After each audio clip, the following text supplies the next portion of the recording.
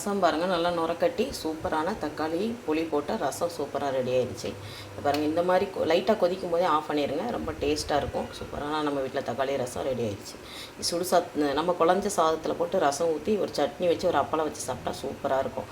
உடம்பு வலிக்கெலாம் நல்லா கேட்கும். இந்த ரசம் வீடியோ போடுறேன், பார்த்துட்டு கமெண்ட் பண்ணுங்கள்.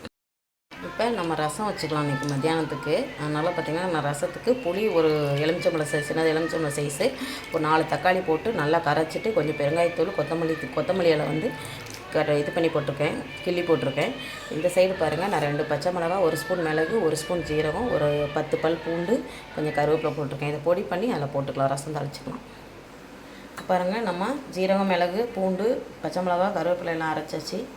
இந்த பக்கம் 2 ஸ்பூன் எண்ணெய் ஊற்றிருக்கேன் இந்த ரசம் தாளிக்கிறதுக்கு. கொஞ்சமாக கடுகு, உளுந்து, கொஞ்சம் வெந்தயம், இப்போ ஒரு 5 காஞ்ச மிளகாய் போட்டுக்கலாம். இப்போ நம்ம அரைச்ச விழுதை நல்லா வறுத்துக்கலாம். இப்போ புளி தக்காளியெல்லாம் போட்டதை நம்ம ஊற்றிக்கலாம். இதில் உப்பு மஞ்சத்தூள் மட்டும் போடுங்க. பெருங்காயத்தூள் நான் ஏற்கனவே போட்டேன். சூப்பரான ரசம் நம்ம வீட்டில் தக்காளி ரசம், தக்காளி புளி போட்ட ரசம் சூப்பராக ரெடி ஆயிடுச்சு. இது சுடுசாப்பத்துக்கு ரசம், நம்ம வீட்டில் சட்னி, தேங்காய் வேர்க்கடலை போட்டு சட்னி. இப்போ ரசத்துக்கு மஞ்சத்தூள் போட்டேன். கொஞ்சமாக ஒரு அரை ஸ்பூன் போல் கல் உப்பு நல்லா நுரக்கட்டி வரட்டும், அதுக்கப்புறம் இறக்கிக்கலாம். சூப்பரான நம்ம வீட்டில் ரசம் ரெடி ஆயிடுச்சு.